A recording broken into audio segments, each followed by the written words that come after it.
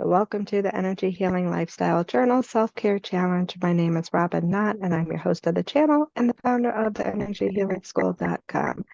I'm going to walk you through my journaling process and share some real-life examples along the way.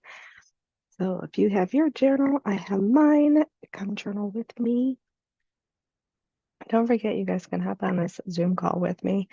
There's a link in the description for you to sign up for that. Get the Zoom link and come on. Could have some fun. So getting into the space to journal, right? Just being intentional. We know we're about to journal. We have our pen, we have our paper or our app or whatever we're using to journal. We're setting that willingness to be open, right? To tune into ourselves, to ask ourselves the journal prompt and be willing to hear whatever comes up, whatever needs our attention, right? So I like to write out the word self-care challenge because for us, self-care is also an acronym, right? Underlining the letter S for today, we focus on ourself, literally in mind, body, spirit, excuse me, and incorporating my healing system of best you, we're focusing on the letter B for beliefs. So whatever our beliefs are really helps drive our human experience. It's like the foundation of our perspective, right? How we perceive the world around us, how we perceive ourselves. So I write that out too, to be fair. I write self, beliefs, and then root chakra energy, because all of that is governed by the root chakra. So one affects the other, right? As I work on my beliefs, healing and clearing anything that is no longer serving the highest, I'm also healing and clearing out the energy in the root chakra, bringing in more balance and harmony. So the journal prompt for today: can empaths be codependent? And I should have added how so. I added that in writing. So for me, the first thing out of my mind was absolutely. But then first, let me confess that I believe, this is my own personal belief, excuse me, I believe that anyone can have codependency patterns. So I know that we use these words like codependent as a label, like we own it. We're trying not to do that, but for the sake of knowing what we're talking about and being able to identify some of these patterns and programs of codependency, we might say codependent. I just started a group, Codependent Empaths.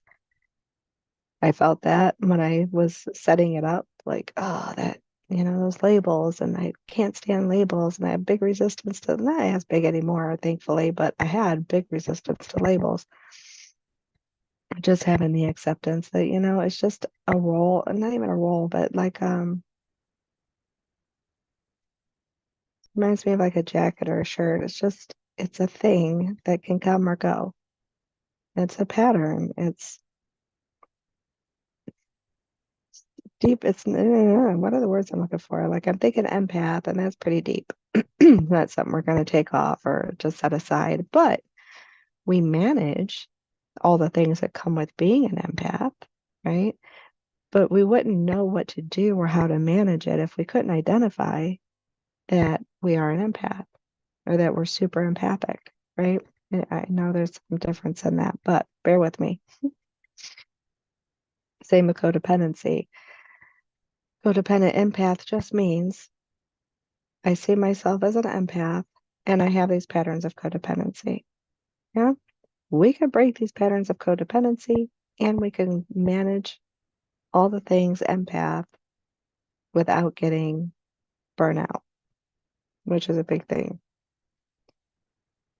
So with all that said, I believe again that anyone can have patterns, characteristics, traits of codependency. I also believe that anyone can feel energy, that anyone can then feel emotions and thoughts.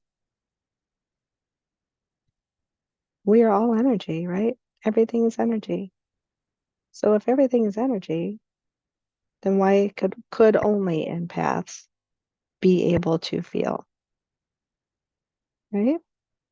I think it's just our openness. Like we have those clairs, and some are different than others, some are stronger than others. I think we all have the ability. It's just whichever ones we're open to.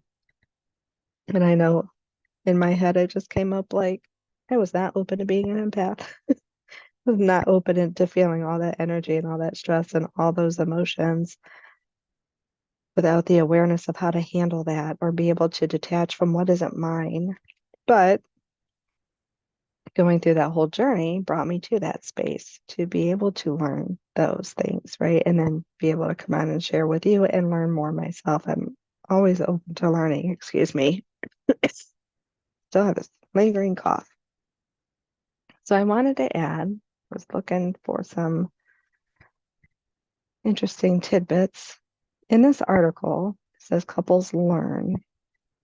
I just wanted to give you where it's coming from. They have, I could probably share my screen. Should I try it? Let me try it. This is pretty cool. This is from the Couples Learn. Let's see if I'll share. There we go. Coolness. So what I keep in mind though, it says codependent versus healthy empath.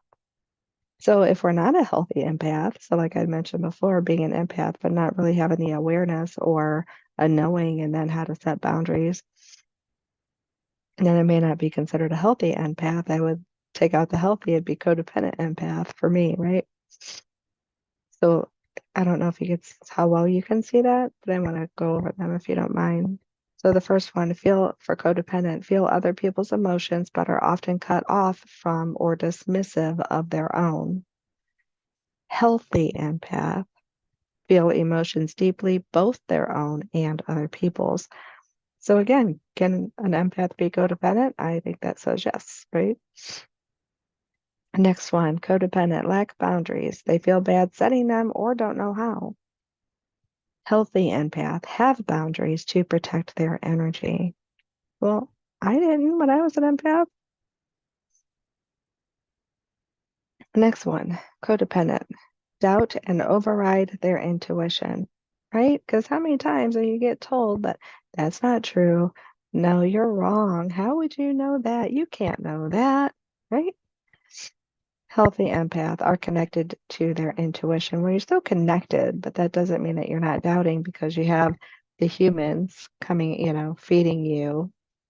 But I think as we're quote unquote healthy, as we're more clear and balanced and aligned, comfortable, trusting, right, within ourselves, grounded within ourselves, then we can detach from what other people are saying. So that would fall under that healthy empath, I believe. So codependent are attracted to and keep attracting toxic partners. How many of us want to save the world and we just want to be so understanding, and then we let everything go, basically. Like, okay, I'll just continue to receive poo because, right? Because my purpose as an empath is to. Healthy empath can recognize toxic people and relationship patterns. I believe too that goes along with those boundaries, right? So when we're healthier and more grounded within ourselves, that phrase love at a distance, like that's a thing, right? So probably under healthy empath, I would say love at a distance. Next one, codependent, try to fix toxic people and addicts rather than leaving the relationship. Healthy empath, do not let toxic people into their emotional space or set clear boundaries with them. Excuse me. So if we are still having some form of relationship, whether it's romantic, intimate, or a friendship, family, friend, work relationships, being able to still set the boundaries, right? Because many of us as empaths get into helper type jobs, caregivers, counselors, therapists, other types of supportive helping jobs. So then people are still in your energy, but we learn to set those boundaries. Under codependent are emotionally unavailable or vulnerable without boundaries.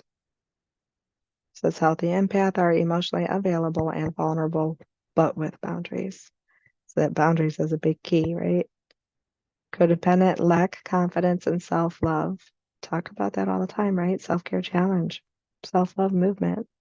Why? Because we've gone so long that we didn't. Healthy empath are self-confident and self-loving. Having more of that balance between the two, right? Allowing yourself to receive that love. And then codependent are invested in changing and controlling others. Healthy empath accept self and others as they are without trying to change or control them. So I know sometimes we think, oh, I ain't trying to, control anybody. Let me stop sharing. But it's not always that we're trying to control in a bad way, or that we're intentionally trying to control, like power and control. Do what I say, but you're my puppet. Let me pull your strings. Not in that way. But sometimes in the desire to want to help so much, and then we freely give our advice that wasn't asked for, or we freely give the how-to that wasn't asked for. And with that, we like have this expectation that someone's going to do it, right? And they don't, because free will. Or maybe it doesn't. They don't feel it's right. They're not ready for it for whatever reason. And then we feel rejected, right? And then we have whatever thought that might come with that rejection, whatever it may be, right? I'm just going to leave it at that. Whatever it is for you, this is personalized. But that is, I had to take that breath, just being honest with ourselves. I really want to just call this stuff out, you guys. We can't clear it if we avoid it and deny it, right? We can't clear it and heal it if we keep avoiding it and denying it. Just call it out. I think people get so shunned and what's the word I'm thinking of? There's like this words, stigma. Thank you. There's like this stigma around the term codependency. For some, there's stigma around empath. So let's detach from the stigma. Let's detach from what other people have to say, what their opinions are, excuse me. And let's just heal it. Let's just do it. Excuse me again, take a drink.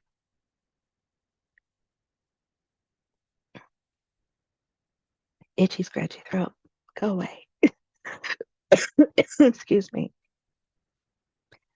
So if you want to come over to Facebook, hop in the new group. I'm just getting it started. If you go to groups and search codependent empaths, you will find me. On the banner. It says, because you are worth it. That's the one. Come on in. Root Chakra Energy. I almost forgot to mention that. When the energy is wonky, we may have difficulty with our weight, eating disorders, sciatica, elimination, pain in hips or other dis-ease in our hips, knees, hands, feet, feel insecure, have trauma reactions, like that, those stress reactions, right? Being in that fight, flight, freeze mode, may experience depression and anxiety.